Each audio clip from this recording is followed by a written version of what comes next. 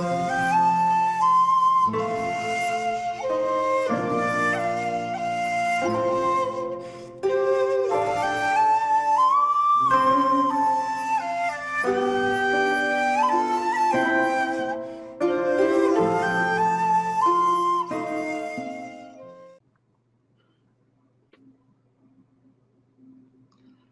there, this is Solitary Ronin from Solitary Ronin Films, even though today it's merely sevens with Ronin, because I'm not solitary, because I have a special guest, Mr. Chris Mohan. How are you doing, sir?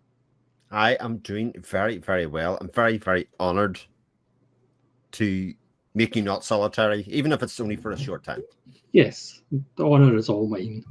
This is a little bit different. We're going to have a chat about music, and because it's sevens with Ronin, we don't have 5 picks or 10 picks. We've went for 7 picks. As Chris so rightly said in the green room, 7 days. So it's an essential part of life is the number 7. Some people call it lucky. But on this episode, don't know how many episodes there'll be, this might be the only one, to prove that we're not that old, and we're not fuddy-duddies yet, we're old codgers, we're going to pick our favourite 7 bands or musical artists of the 21st century, which is only 23 years. I don't know about you, Chris, but it was actually quite difficult for me to get to 7. I think my shortlist was 35 at one point. I mean, my God, I had a 7 picked, and I thought, right, that's my 7. And just, when I went to pull out, the CDs and the vinyls, etc., from the thing, and I started making my way along my collection, I went, oh, but Jesus, I forgot about them. And so we ended up with actually 12 very serious contenders, and a lot of other ones that only had 1 or 2 albums. So had I had a bigger body of work, would have obviously been in the conversation. So it was 12 down to 7 at that stage, and it honestly, like, my son was helping me tonight, and it was like, honestly, he was trying to root for ones, I was trying to root for ones, and then I remembered it was my pick, and like, ultimately they've got to be my picks rather than doing it. So I ended up with 7 with some honorable mentions. Yeah, because it's very much like films. We all say, oh, it was better back in the old days, but there's actually quite a lot of good music out there, obviously depending on your taste, but in recent music. Indeed. I sort of feel like I was going to say my era, when I look at it, if I didn't have the emotional involvement with like 80s and 90s kind of stuff, I don't know how much a lot of that stuff actually stands up compared to like maybe the decades before that, the 70s, even some of the 60s, etc. Like a lot of things, a bit like movies, even though both me and you don't watch that much modern movies, I have no doubt that the quality and choice is actually probably greater in a lot of ways because there's more stuff for everybody to pick from. So I'll try my best to pick. So if you want to speak to me, go for number 7. Personally, I've ranked them, but obviously they don't need to be ranked. You've ranked them? Holy shit. Oh my God. Sorry, I didn't say anything about ranking, so... You didn't? So, but let's go for it. I've just ranked them just because, it's all right. Nobody's watching, it's fine, it's just between us. Right, okay. I mean, if anybody watches and actually disagrees with them, I mean, that's actually a good thing, isn't it? So let's go for number 7. I am going to go for, and some of these, you probably find the same thing. Some of them started late 90s, but where the case was, where the best parts of their catalog to me had to be 21st century then, so to speak. So I am going to go for Mr. Beck as my number 7. Now, I have a never-ending stream of Beck albums here. They keep going and going. And I've even got ones that I threw away the case for, indeed.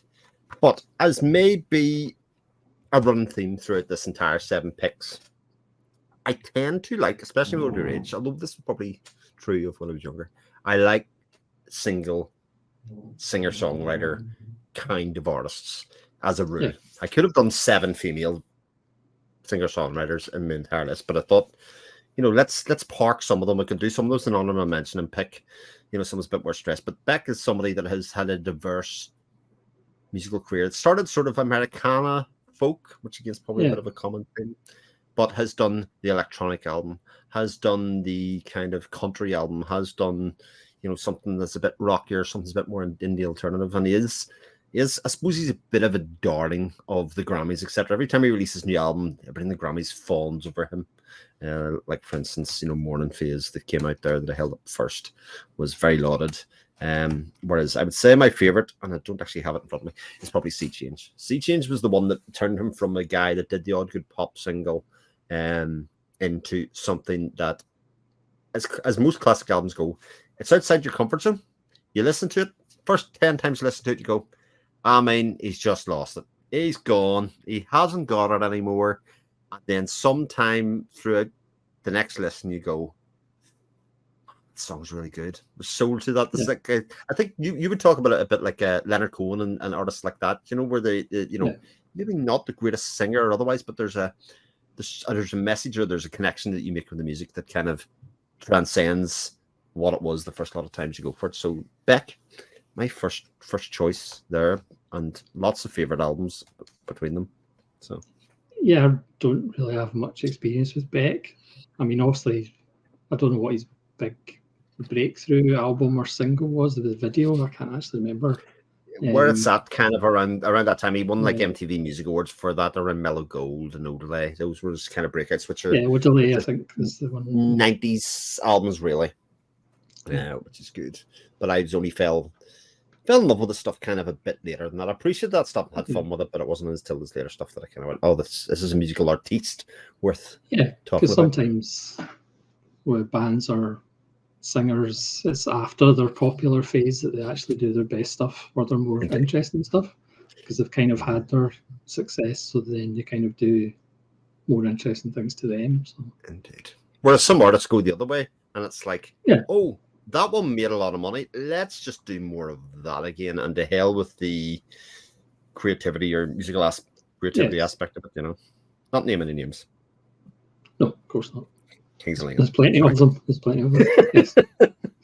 I'm going to start with something that might not be that much of a surprise, as far as being a little bit strange, and it's the Church of the Cosmic Skull. What? Now, they're an English band. I think they're from the Midlands. They've got 4 albums so far. As you can tell, they kind of have the whole thing of being a kind of cult. Yes. We talk about ascending, and all their merch and their website is there's a story to it, which is really interesting. It's 70s inspired, shall we say. But it is just so good. And again, because they have kind of built a mythos for themselves, it's really kind of fascinating and fun. They all dress in white. Because then they had science fiction. As you can see, their female vocalists kind of reduce in number as the career went on. And then 2020's Everybody's Going to Die. Okay. Now, this is really fascinating.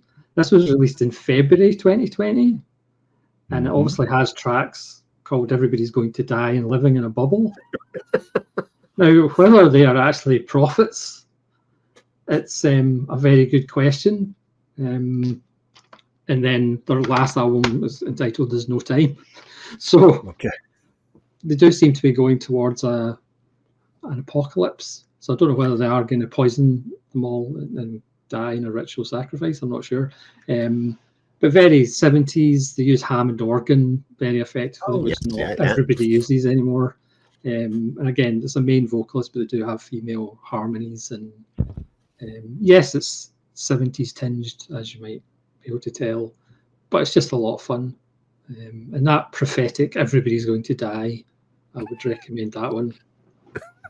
It's cheerful little 3.5 minute songs. They have the occasional long one like Black Slug, but a really joyful experience if you want to become a member of the Church of the Cosmic Skull. And they're one of those bands that, because they're not huge, they will kind of handwrite notes to you if you buy their merch and stuff like that, and thanking you and stuff like that. So it's just a bit personal. So. Yeah, you do like the it's the same no matter what we buy. We like to think that we're supporting the band rather than the machine, so to speak, that Amazon is sometimes, even though that may be where we get it. I just clicked on their website, obviously, because I had no idea who they were. And obviously, being a Google search, it isn't until you get Church of the Cosmic that it actually has it even comes up as a suggestion. But they have two bits where you can either go to the shop and buy their stuff, or you can join them. And their mission statement is rather hilarious and funny. And I'll not ruin that for everybody, but I am intrigued for sure. So I expect to have 7 tabs open here for after we finish. Yes, it's wonderful that they have their own mythos and they've built their own little. I suppose people coming across them and might not think they're a band and actually just join a cult, I suppose. Yeah, I mean that's part of the appeal, I'm sure. Yeah, indeed. Okay, my next one, number 6. This one. I mean, when I was making this list, I was going to I can't have guilty pleasures on here, but I had to, because when I was looking at my old stats for most played album this year, etc., this band appeared, and I have to say, it's a band I used to make fun of my students when I was teaching them for, because I was like, if they liked them, they were like fake emos, kind of thing, because they were at the time. But I'm talking about Paramore, right? Any number of Paramore albums here, and they are very definitely a pop rock band, but very much on the pop side, I think, of that, with a female vocalist that is very much in the classic Shirley Manson, Garbage, Stevie Nicks, Fleetwood Mac kind of thing, of being somebody that represents the entire band, regardless of how talented the rest of them are. It's very much about the live show, and I have seen them live this year, which is why they've been listened to an awful lot. They are a band that, pop rock songs for sure, but the thing that stands out to me all the time about them is actually how they are a rhythm band. Everything is very percussive. Even the vocals are percussive. They have interesting fills, interesting mixes that go alongside the kind of poppy riffs that they do in the poppy tunes. And they're always kind of interesting in a way that most pop music kind of wears off after a while. You know, there's something else going on there. And I don't know. I tend to just really like the stuff just kind of as a distraction. But I'm trying not to be as serious as it would otherwise be. I mean, obviously I'm aware of them, but I haven't really listened to them extensively. I've just seen the odd video or two. They're very much more tuneful than a lot of stuff that I would have that I've taken from recommendations from you before, say for instance. So I don't expect they've been your new favorite band or anything like that. But even that said, you know, it is something different indeed. Yeah. For my number 6, I'm going to Texas for a band that 2 of its members used to be in At the Drive-In, which is an amazing, certainly inspirational band, and it is the Mars Volta. Bizarrely, because my CDs, don't tell anybody, my CDs are currently not in alphabetical order because I'm still trying to sort them out. I know, so I can't actually find any Mars Volta albums. See, these are the singles, including the Widow single, which actually has the title track from their album Francis the Mute, but it was too long to actually get in the album. So in typical Mars Volta style, they put it on a single because it couldn't go in the album, even though it was the title track. And that's another single. They are, it's hard to describe, they're kind of fusion, the worst sort of guitar diddling, but not quite as bad as some people do it. They're certainly a bit like Zappa, right? But most of the time they behave themselves. Before, that's the quiet, loud dynamic they do a lot. They kind of retired, but they came back with something that's a lot more peaceful. Their latest album was just like a completely different band. Interesting. And again, their Deloused in the Comatorium, which is their debut, was just like mind-blowing. They have like suites that last for like 13 minutes, made up of 7 different parts. So they're very progressive. The lyrics make no sense, but they kind of make perfect sense. They've got that kind of David Byrne stream of consciousness lyric to them. They kind of don't make sense, but they kind of do. or you could just say it's gibberish. Phenomenal playing, especially the albums that Thomas Pridgeon played drums on. I mean, he's just phenomenal. And musicianship's fantastic. That, again, I haven't made that many albums, but just about all of them are just absolutely wonderful. Yeah, I do know of the Mors Volta, although very, very early. Probably their first albums, but as far as my recollection of them goes, and they always sort of fell into that, as happened to a lot of bands at this time. They just get lumped in with alternative because they are a fusion of a lot of different things. Yeah, if I remember rightly. So, as just said, probably good musicianship probably is probably the thing that a lot of those bands have in common, that they're sort of fall between genres. I mean, I know somebody that went to see them and they didn't have an opener. They played for 3 hours. They didn't speak to the audience. It was just like quiet, and then they just explode for 10 minutes, and then they just guitar tweedle for about 10 minutes, and then they'd explode again. So it's, but again, they've come back, and it's lovely little, beautiful, delicate, kind of more poppy songs, but again, still with those odd lyrics. They have matured. Unbelievable.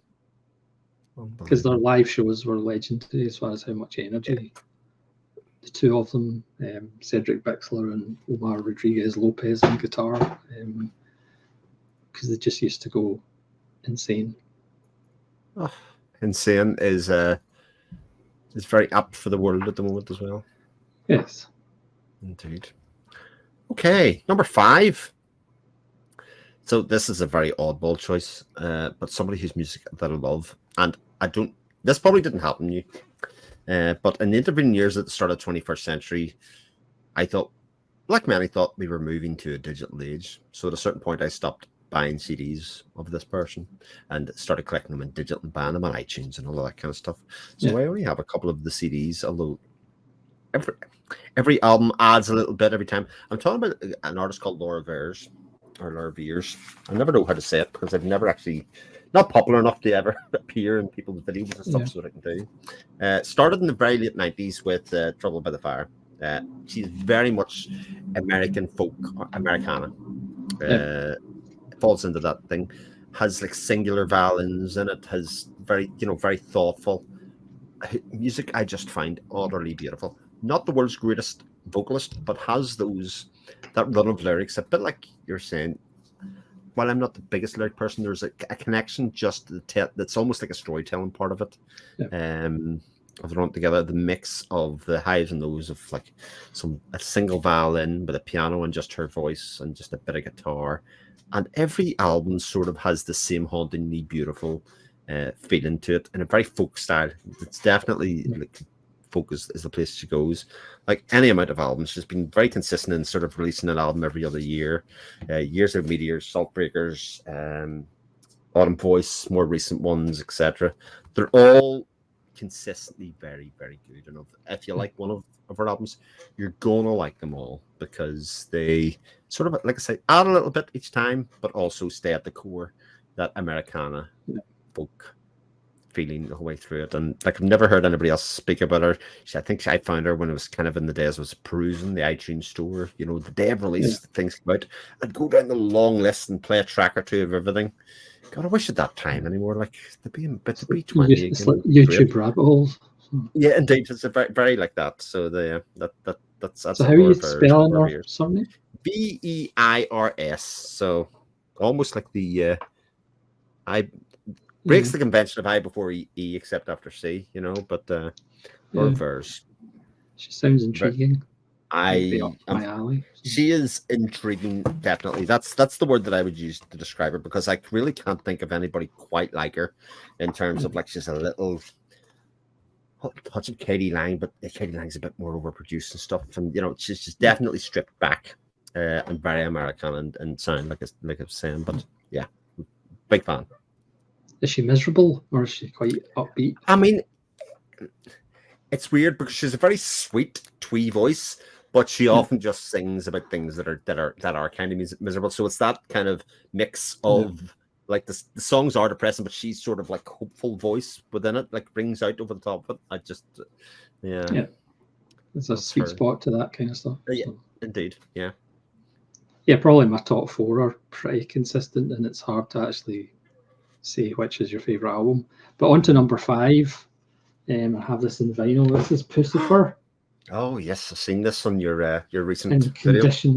Conditions of My Parole. Mm-hmm. Now, the person in orange is Maynard James Keenan, who's the singer of Tool.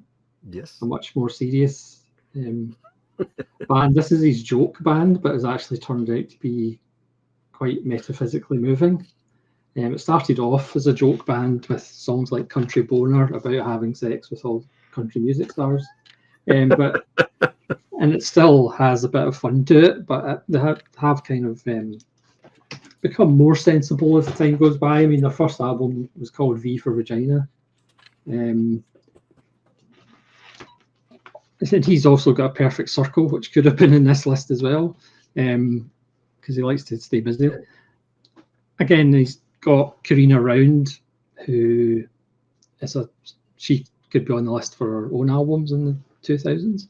And the two blendings of those voices kind of go really well.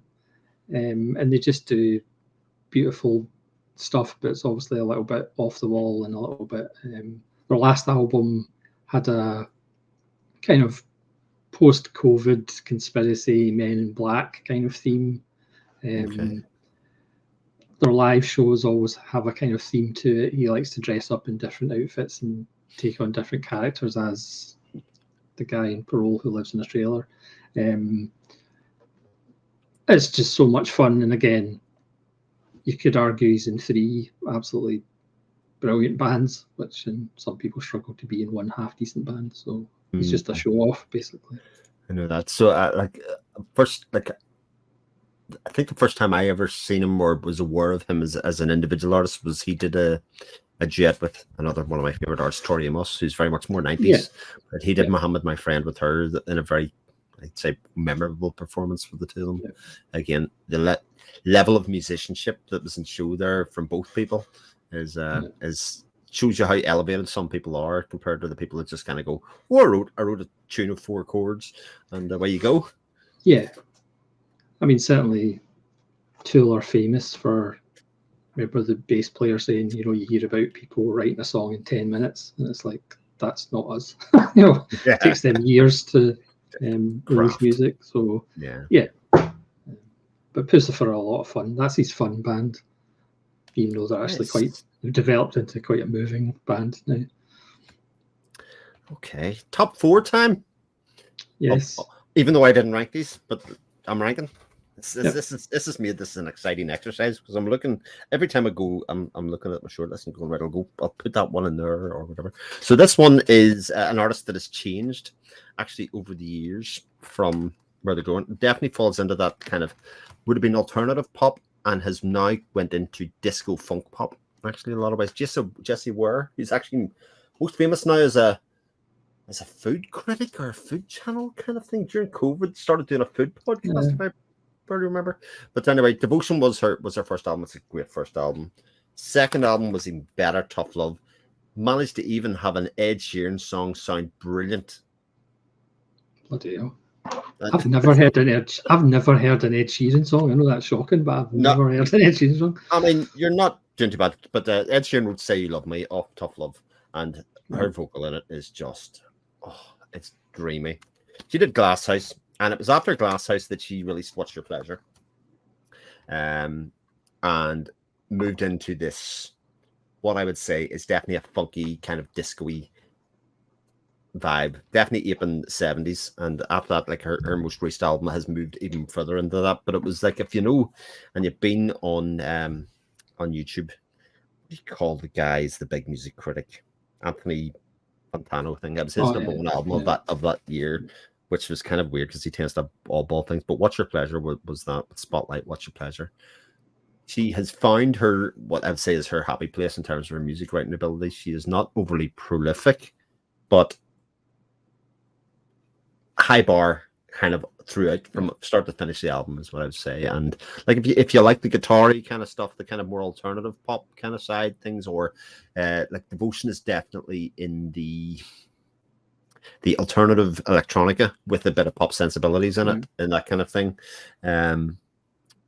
You've got the first part of her album, but her later stuff's just so much fun. Like there's proper disco feel to her new album that just I think is just wonderful. So what's your pleasure? A Hellraiser reference? Do you know it could be? That's very true. It would not surprise me if she was actually a secret fan, because she's an interesting character as far as I can see. Somebody that is a pop diva queen now, but it came from, I'd say, like a more electronica alternative kind of source, you know. Yeah, she sounds quite intriguing as well. She is.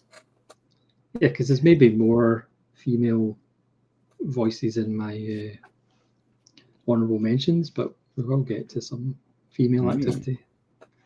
Where are we? Number 4.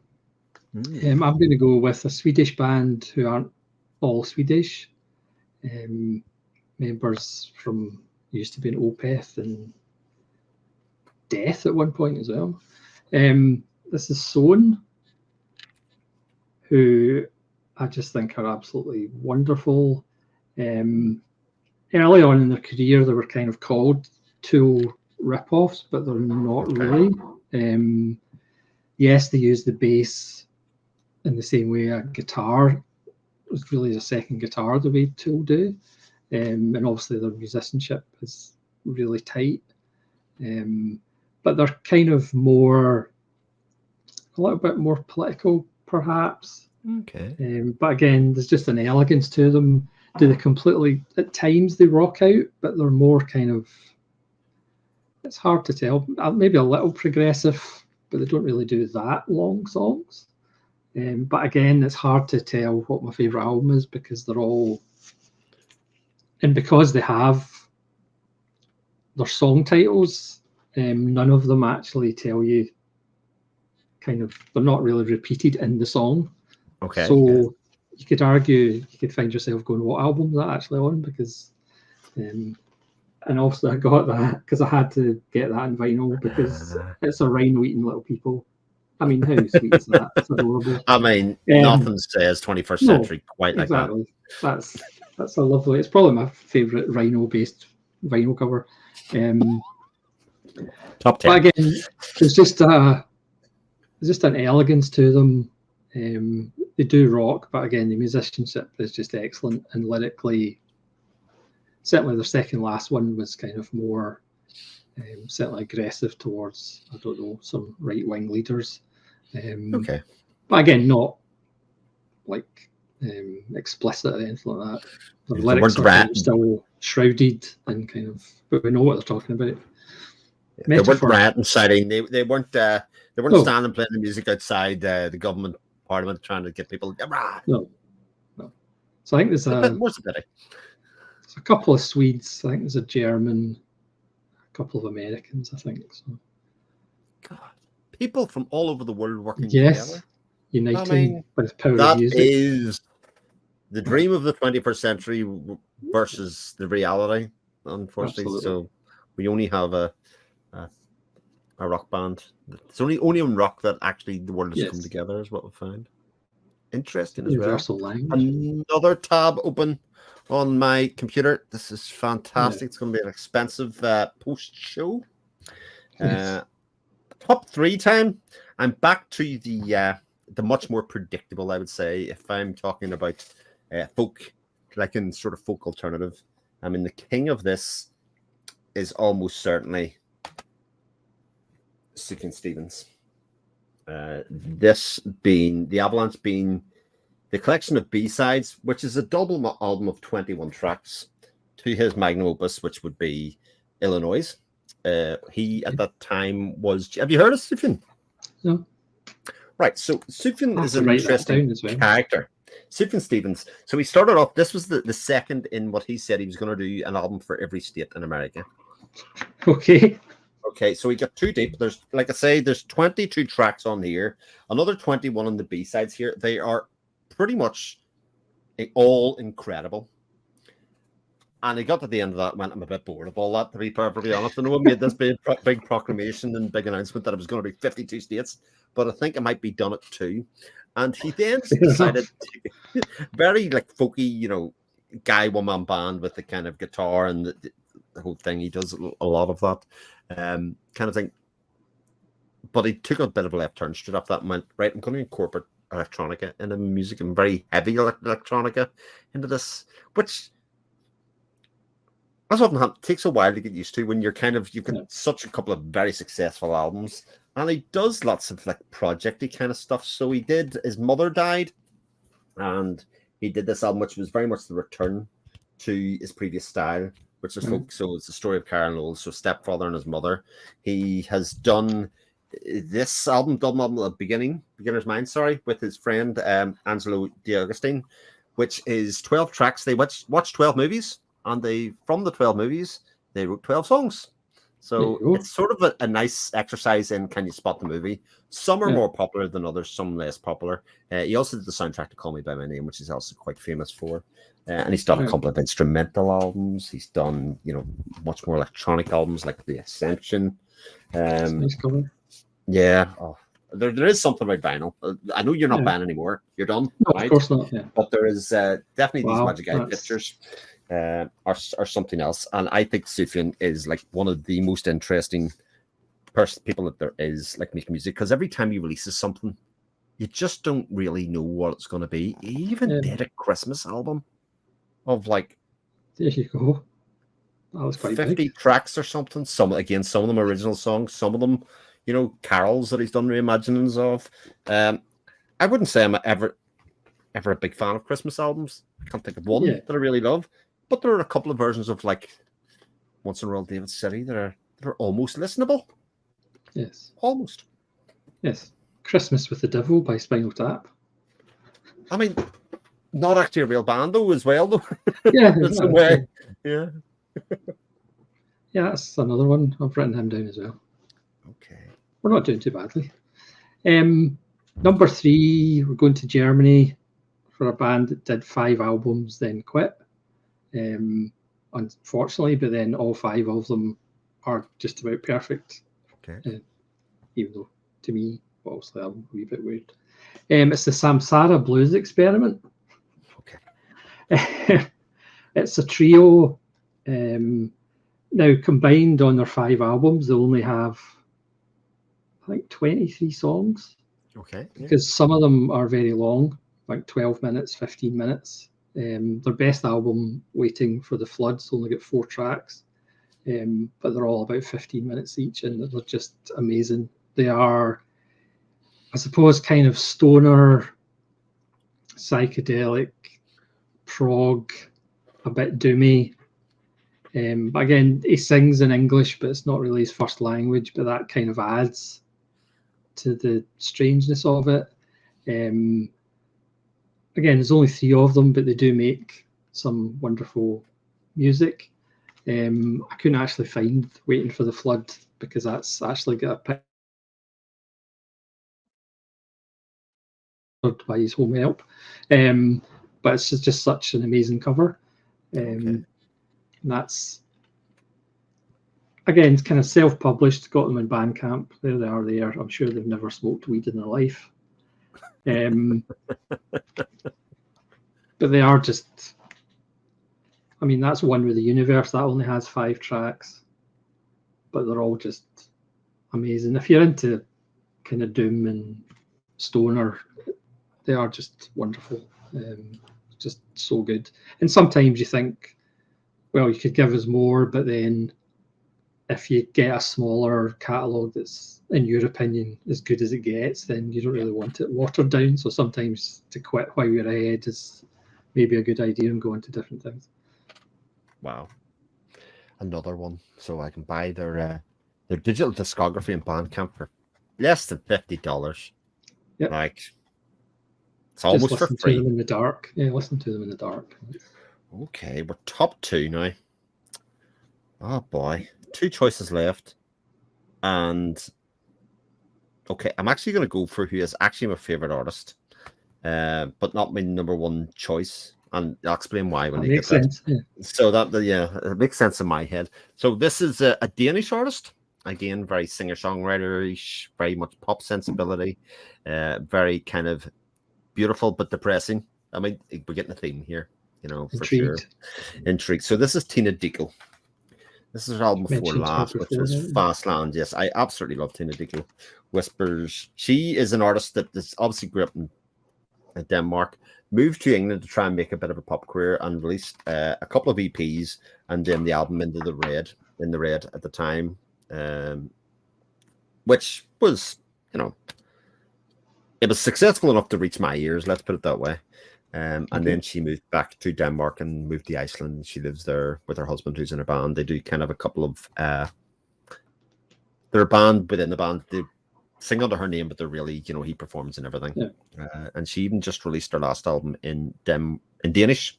And I think she put up a post to say, "You'll have to forgive me. I just wanted to do one album in Danish rather than English," which she does it all in English.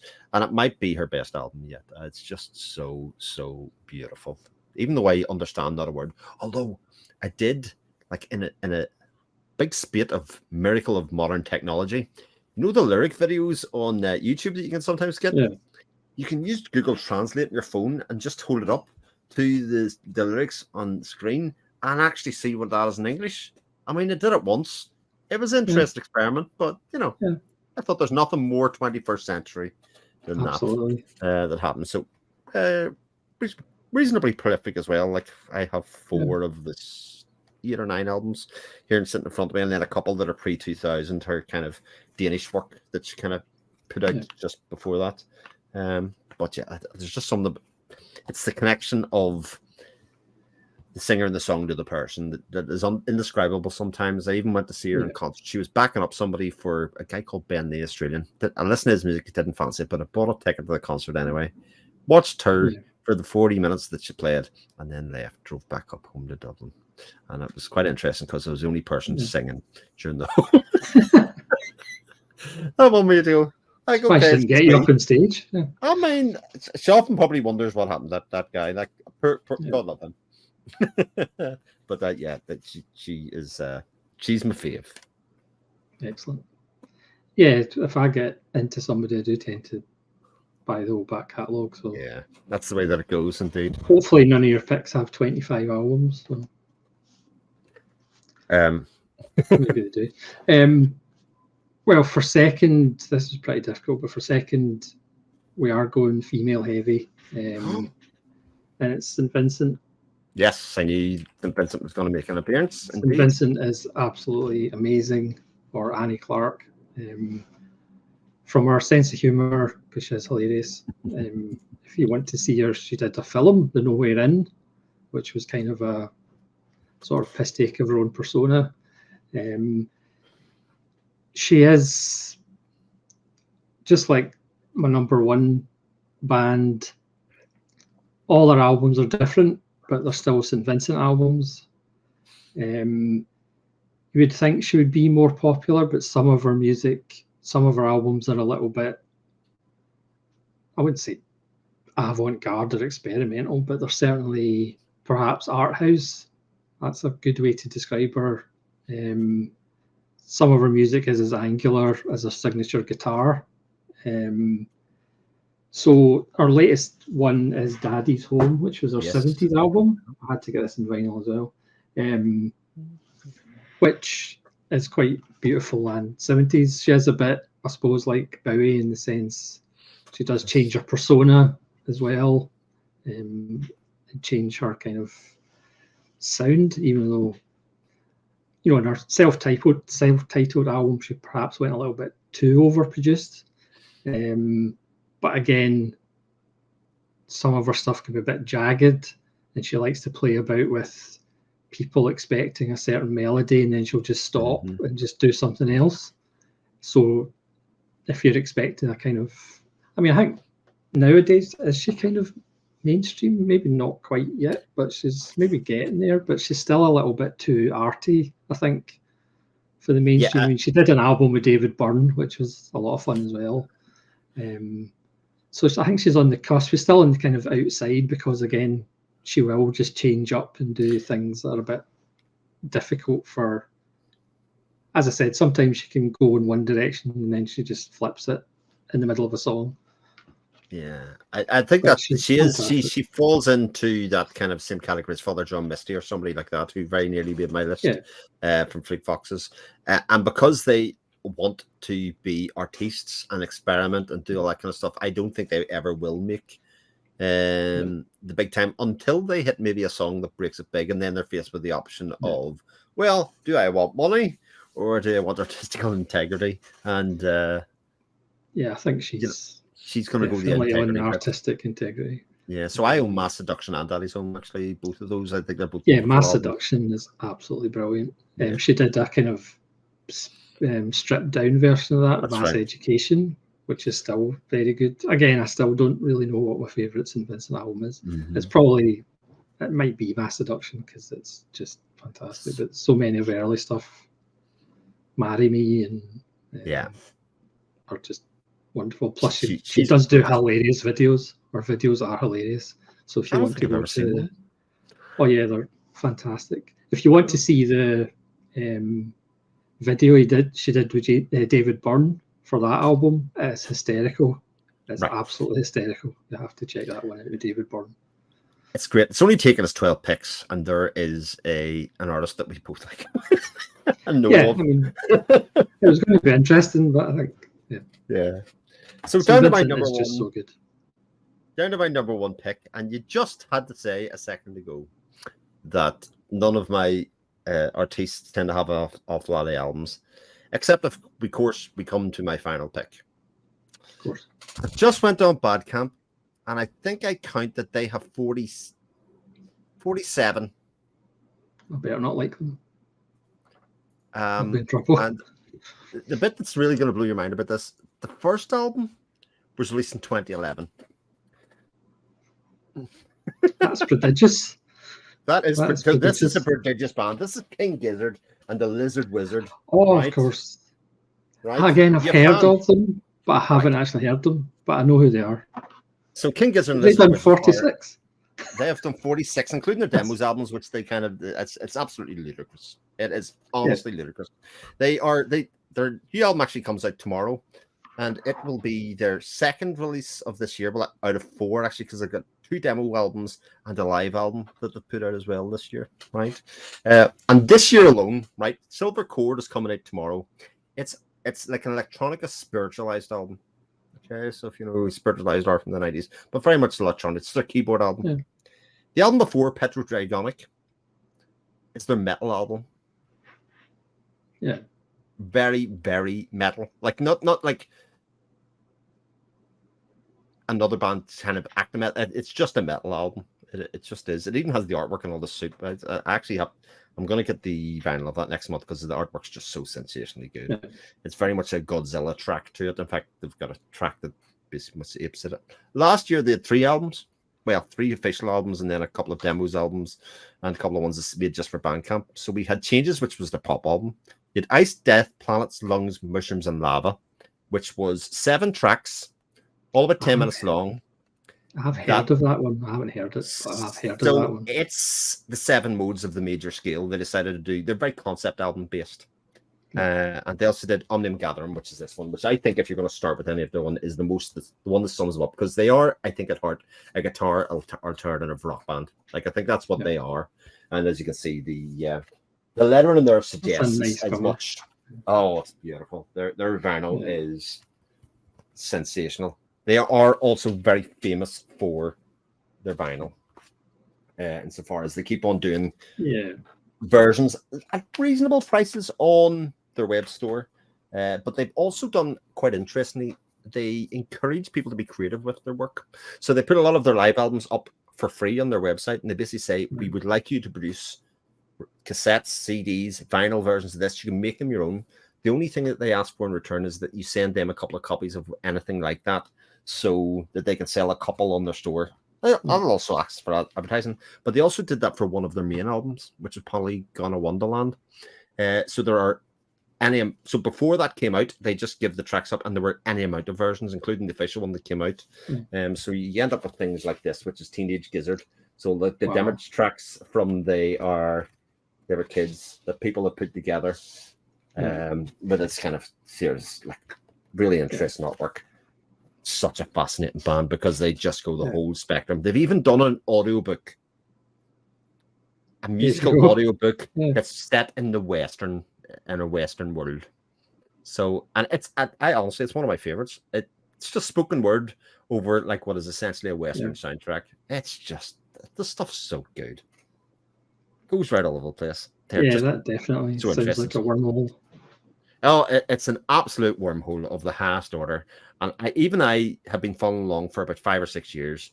There's just way more stuff getting released than I could ever possibly make my way through. But I'm trying, you know. But it also sounds like a band you could possibly love half their stuff and not love the other half. That's it. Well, I do think, though, if you have to be the kind of music fan that likes a lot of different things in general, because I think if you're not, then it would be, I like one of their albums kind of thing, and you'll step off at that stage. But I think the whole point of them is that they are creatively inspired a lot of times. Like 3 albums last year, 2 this year, 3 that, you know, they release a lot of albums, and they don't like to do the one thing at any given stage. And for that reason, why just have vanilla when you can have raspberry ripple? Absolutely, especially if you're musicians, and especially, you know, a spread of people in the band. It means you never get bored, I'm sure, you know, and that must be quite a lot of fun, I'd say, as an artist, to kind of say, like, right, anybody have an idea for the next album? Let's do it. I just wonder how they ever remember how to do a live show. If you write that many songs a year, record that year, can anyone remember how to play that song? No, not me. Okay, let's move on. So I'm certainly aware of them. I'm certainly aware of them and have heard of them.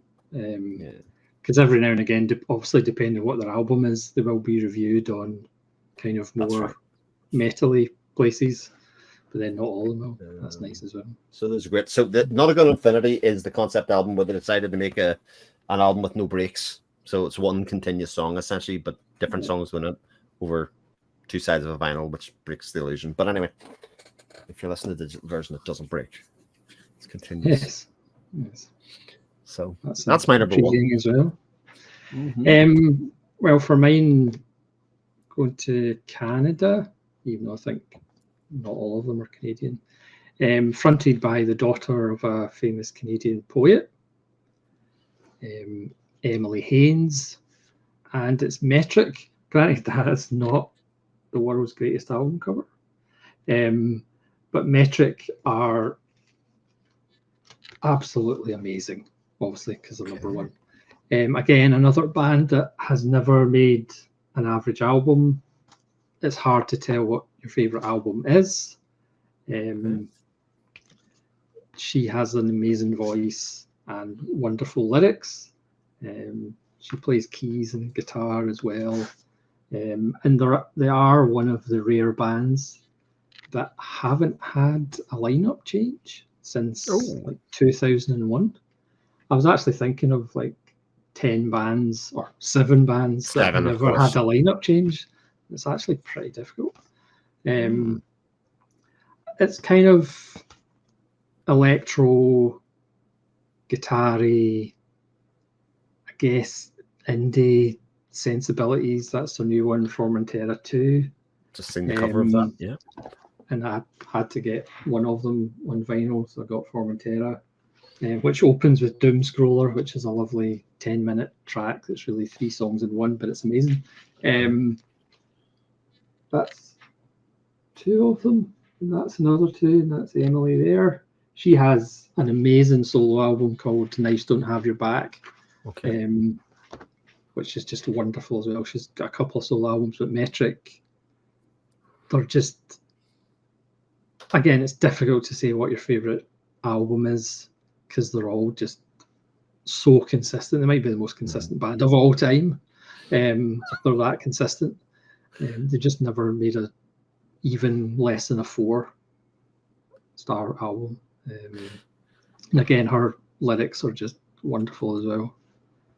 And again, each album's slightly different, but it's still a Metric album. So the sound, they changed slightly, but it's still a Metric album. Yeah. Yeah. If ever there was a representation of music, modern music, and kind of how things like the charts are totally irrelevant, etc. Now, nobody hangs on it.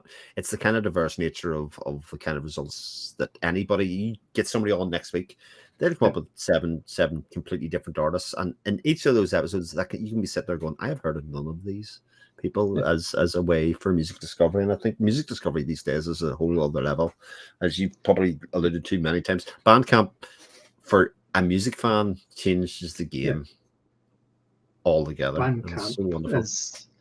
Bandcamp is amazing in the fact that you can name your price. So for a lot of them, you can actually name your price, and because you want to help bands that you like, you're more inclined to give them more rather than giving Amazon and other people the money.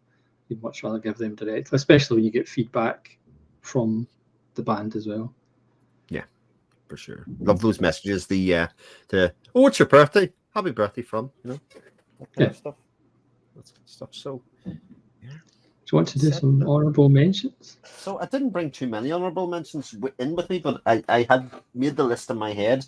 The main honourable mention I'm going to make is sometimes as music fans, movie fans, or fans of people in general, you come across an artist that you love. You go and see a concert multiple times, and then you find out somewhere along the way that we're just an incredibly large asshole. And it taints your whole experience of it. Yes.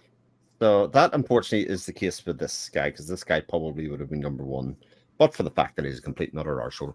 And that is not Brian Adams.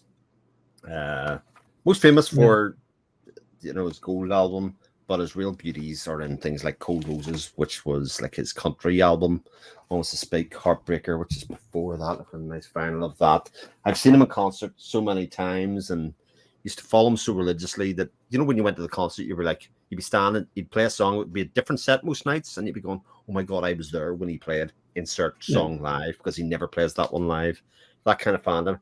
And then they get outed as being somebody that groomed very young women with promises of riches and all that kind of stuff. And most of the time, I can sort of separate the two things apart. But for music and for an artist that you connect with so on a personal level, I can't listen to it anymore. I just cannot. It's just, that's a level of, I was so invested in him, I think, that I just can't separate it. It's just honestly impossible. And I just, that one's just me. Just because he told them he was Brian Adams, so it ruined Brian Adams for you as well. If he had done that and misrepresented it, he could have said, at least they're dumb, But he didn't even do that, And some of those people became quite prominent and famous, like Phoebe Bridgers, who, like I think you talked about Julian Baker before, is in the band Boy Genius with Julian Baker and Dacus. She actually had written a song about Ryan Adams that nobody knew was about Ryan Adams until the whole thing came out. And she went, actually, one of her most famous songs, that was about him. And then you listen to the lyrics, and all of a sudden, everything makes so much sense, and you go, oh my God. So yeah, he's my first honorable mention. Yeah, I've never actually heard anything from him. But to be fair, I've only heard about 2 songs from Brian Adams. You can probably guess which one, certainly one of them was. 2 of the classics. Well, one of them would be the one with Mel C, obviously. Yeah, obviously. Spice Girls. One of them will be The National. Oh, yes. Who, if you're familiar with the Tinder Sticks, they're kind of American Tinder Sticks, but with better production on the vocals. Because Tinder Sticks I love, but I do find them frustrating sometimes with how they record Stuart Staples' voice, because he's almost like not wanting to be heard what he's actually saying. So The National is an American Tinder Sticks for me with better production on the vocals. But they've got a bunch of albums as well, and again, it's hard to separate which one's which, but and they're really miserable, which is obviously good. It's true. They definitely trade on that. I quite like The National as well. As I mean, they're sort of, I would say, sort of the band made for my age and my sensibilities and my miserableness as well. All that kind of stuff. They kind of fit into that quite nicely. Yeah, because we're probably similar ages, aren't we? Yeah, I was going to say, they definitely have that look of them. Yeah. It's a bit like I seen Blur performing. They were live on TV the other day, and I went, oh, Jesus, they all look 90. What the hell? Yeah. They've had a really good go at being rock stars. Jesus, look at Stidham. Yeah. Okay, my next one is going to be, I don't have any in with me, but is going to be a hip-hop group who no longer make solo albums because they are the band of a chat show host in America. So it's the Roots.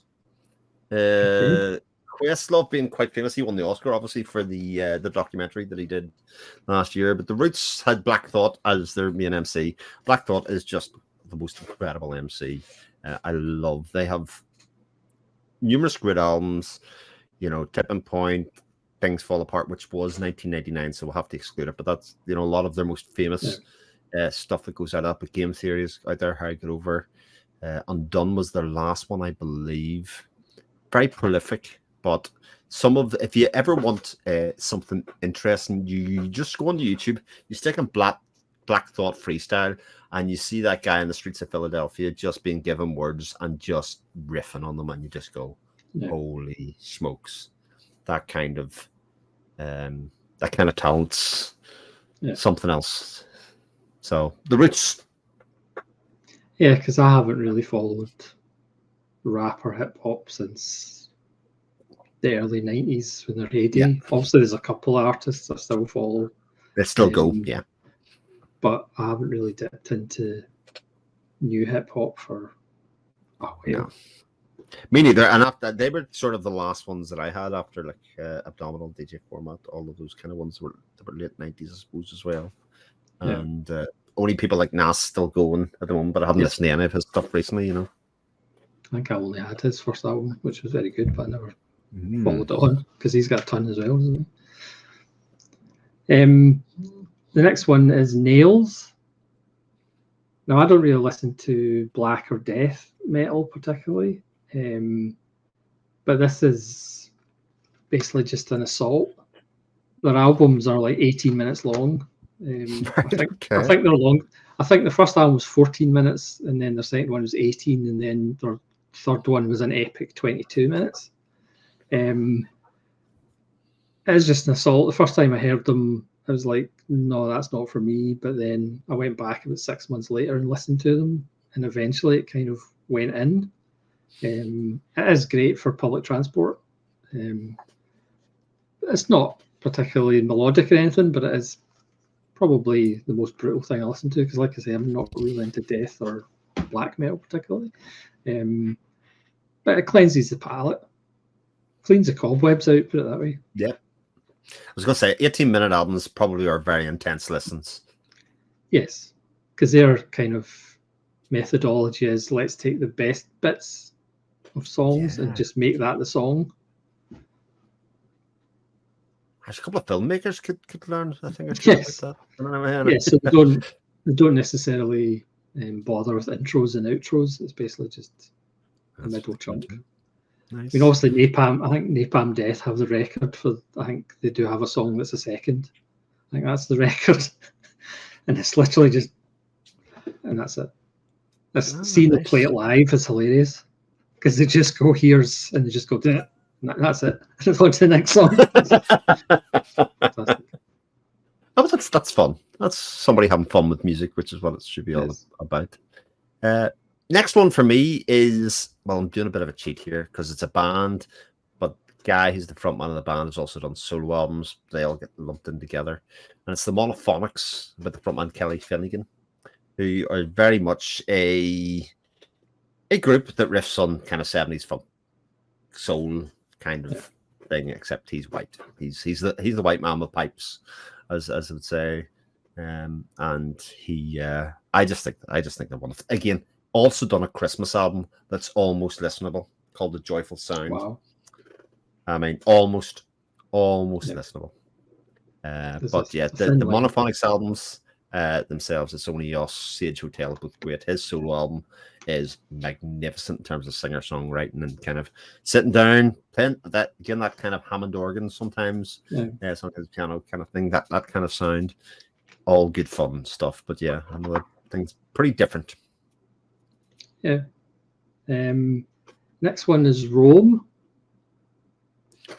who is one guy. He's ridiculously prolific. I think he's from, I'll probably get this wrong, Austria. It's maybe not Austria. Luxembourg, that's the one. Jerome Reuter. Yes. It's weird. It's kind of spoken word mixed in with German stuff. There's a lot of focus on World War II. Right. It's kind of hard to describe, but it's kind of powerful. There is a best of that I would probably recommend getting to get a taste of what he's actually about. Again, another band to listen to in the dark, I think. But some of it is actually quite powerful and moving. Right. But I can't really explain why, but then that's sometimes what music is. That is a very interesting one.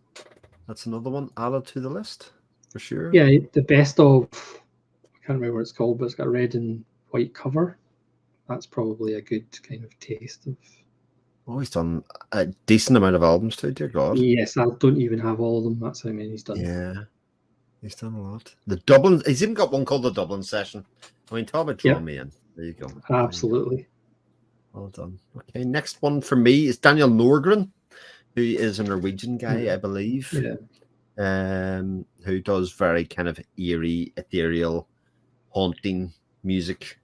He doesn't sound where he's from at all, although he has one of those voices that's so haunting, etc. It could be from anywhere in some ways. But yeah, he's very, again, turn the lights off. A bit like you said a second ago, turn the lights off and kind of, especially if you're feeling super miserable and you just need to wallow in something, you know. Yeah, that sounds good. It's a Thursday. It's I'll not have to quite write that Friday. down as well. Yeah, it's Thursday. I'm miserable because it's Thursday and not Friday. Let's stick on a bit of not Daniel Norgren. So whether you're going for his more recent stuff, even going back to Dupwang or the Greenstone, which is my favorite, or Alabercy, or Buck, or anything, good albums, consistent as well. Yeah. Next one for me is kind of personal, and we should all support her. It's One-Eyed Doll, that's hand signed, or Kimberly Freeman's solo stuff. So this is just Kimberly Freeman and a drummer, and she had to give up a couple of years ago because she had a family emergency. So she's pretty much had to give up music, which is really tragic. So again, this was through Bandcamp and her own site. I mean, she did her own merch, so she would hand make T-shirts for you and stuff like that, and kind of hand sign notes and thank yous and stuff. And again, it's just a shame that, you know, she doesn't have support of, well, I suppose record companies don't really support artists anymore. But just because of circumstance, she kind of had to give up. But she does have a good amount of kind of albums, again, self-produced and self-promoted. And again, as I said, she would pretty much do anything as far as the merchandise to send out to people. So if there's stuff still available in Bandcamp, I should suggest people just go and donate, essentially. Yeah, there is stuff available. It just seems to be vinyl, etc. as well. It doesn't seem to be you can buy it digital or otherwise, but I could be missing that wrong. Or it's just a tag. It's not even her site. Interesting. Yeah. Because I think she pretty much had to give up her site just because of family problems. That is sad. That is sad. Because she's very talented. Only a couple left for me. Death Cab for Cutie. Another one for me. Heard it, but not heard of it. Ben Gibbard, the quintessential alternative band from America, kind of. I think there's Seattle-ish, kind of Washington State, something around there. Ben Gibbard's the front guy. He also did another couple of projects, most notably Silent Shout, which became a quite famed alternative. Silent Shout's the Knife. It's a brilliant album as well, but he also did the Postal Service. They have a couple of absolutely astonishingly good albums in the early 2000s. Transatlanticism, the photo album, The Plans, and then more recently doing Kintsugi. Now Stairs a bit further back, but they write, again, Plans especially, very miserable. Oh my God. Oh, excellent. I will follow you into the dark. I mean, just speaks for itself exactly what what that song's about, all that kind of stuff. But yes, sort of miserable. He was also. This is how successful they were and how indie they were. He was married to Zoe Deschanel for many All years. right. So Yeah. that's how popular they were as a Yeah. collective. That the Queen of Indie herself was married to. Yes. Obviously didn't last, but he's another one of those artists during lockdown kind of decided to do just lift his guitar, do live streams from his house, just of him playing a few things. He's an interesting character, but yeah, some of those first couple of albums are just stunningly good, I think, as far as alternative albums go. I'll just flick through a few here. Sleigh Bells, who are just a bit of rivals. It's just fantastic. Again, just a two-piece.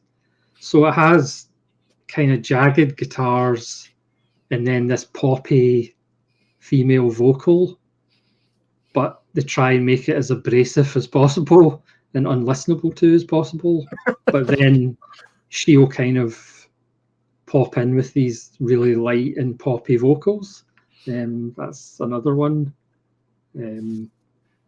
So again, really abrasive, but really enjoyable. So it's not really an easy listen, but then some of them are just sing alongable. I think they sued somebody for ripping off one of their songs, another female, more poppy artist. I can't remember, but I think they sued because I think they were just pretty much ripped off. Love Bites, who are an all-female Japanese now you're kind speaking. of power metal band. But for some reason, like all Japanese kind of metal bands, their playing is just so tight. The two guitarists in this band are amazing. One of them is a more kind of classical guitarist, and the other one's just a pure shredder. But I mean, the vocals, she was originally a kind of rhythm and blues singer. So her vocals, she slightly strains, but I mean, it's not like that bad. I'll get into trouble from one of my friends. But she is good, but sometimes she strains, but musically, the playing is just so good, and both guitarists are just off the charts. Power Trip, who sadly won't be making any more music because their singer died of an opiate overdose at age 34. I think they're from Texas. Yeah, so they only had 2 albums plus this one, which was kind of before they released their first album.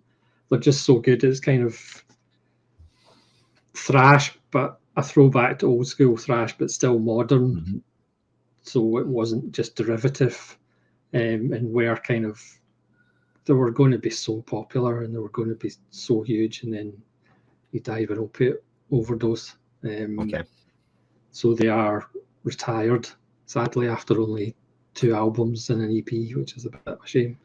And just the last one is Empire State Bastard. Great names. This is just out, and interestingly, it's the 2 guys from Biffy Clyro who I really don't like. Yep, I would go along with that. This is their hardcore album, and it's got Dave Lombardo on drums from Slayer and Testament. Right. Because Dave Lombardo even said he wasn't really interested in projects because he does 50 projects at one time anyway. Yeah. But the 2 guys from Biffy Clyro have just decided to go hardcore for this one. So there's no melodic sing-along Biffy Clyro songs. This is just full. This is another one that's, I think, half an hour.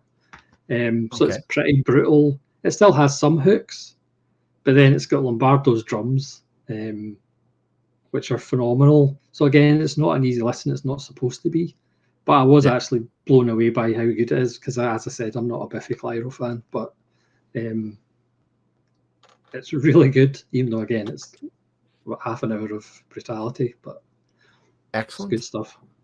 And so I'll do my last one, which will be Lana Del Rey, who is another incredibly terrific artiste. A couple of albums a year, singer-songwriter, bit weird, kooky, miserable. It could be argued that all of her songs are kind of the one song.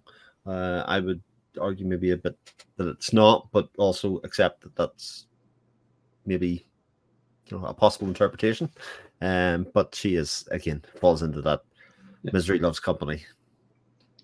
Yeah, I haven't heard any of her stuff either.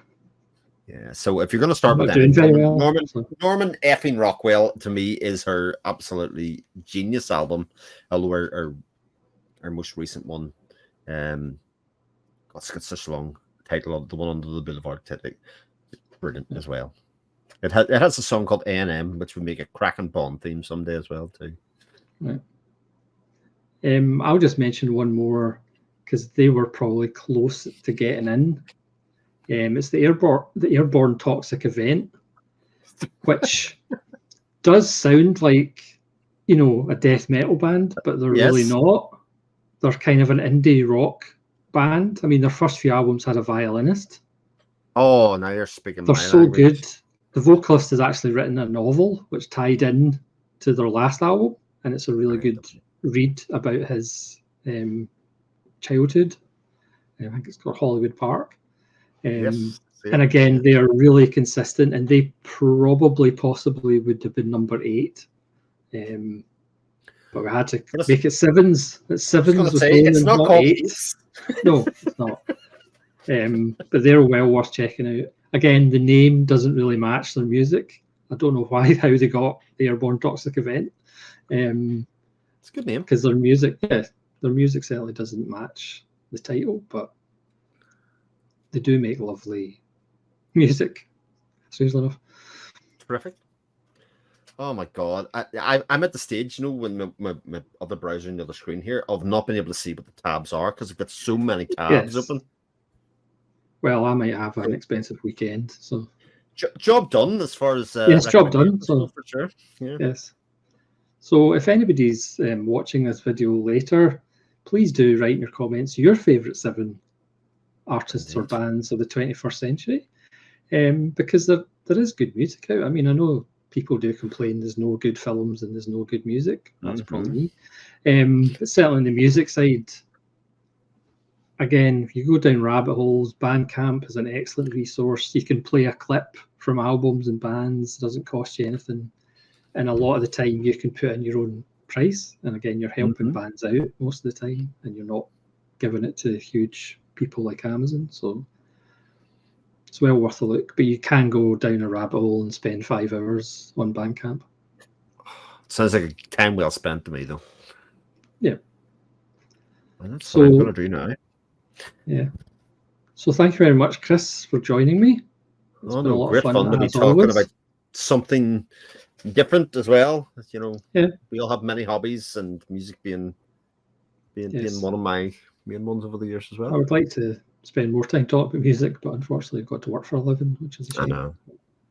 Someday, as soon as I win the lottery, it will be Solitary Ronin music back from the dead. I mean, maybe a bit too long for a band name, that Ronin, to be fair. Solitary Ronin back from the dead, maybe the Dead Solitary Ronins or something, or the Dead Ronins. Yes. Oh, the Dead Ronins, there you go. Or a Teenage Mutant Ninja Turtles reference, The Last Ronin. There you go. That's the graphic novel of the Teenage Mutant. Anyway, we're going down another rabbit hole. The Rotting Ronins. Oh, genius. Yes. Play Ramones covers. Yeah. I like that. Well, thank you very much for joining me. And thank you, anybody who's watching. And again, please leave comments. Subscribe to Chris's channel, because he talks about books as well. He's got many prongs. He's got many prongs to his fork, not just 2. So thanks very much for watching, and goodbye. Take care.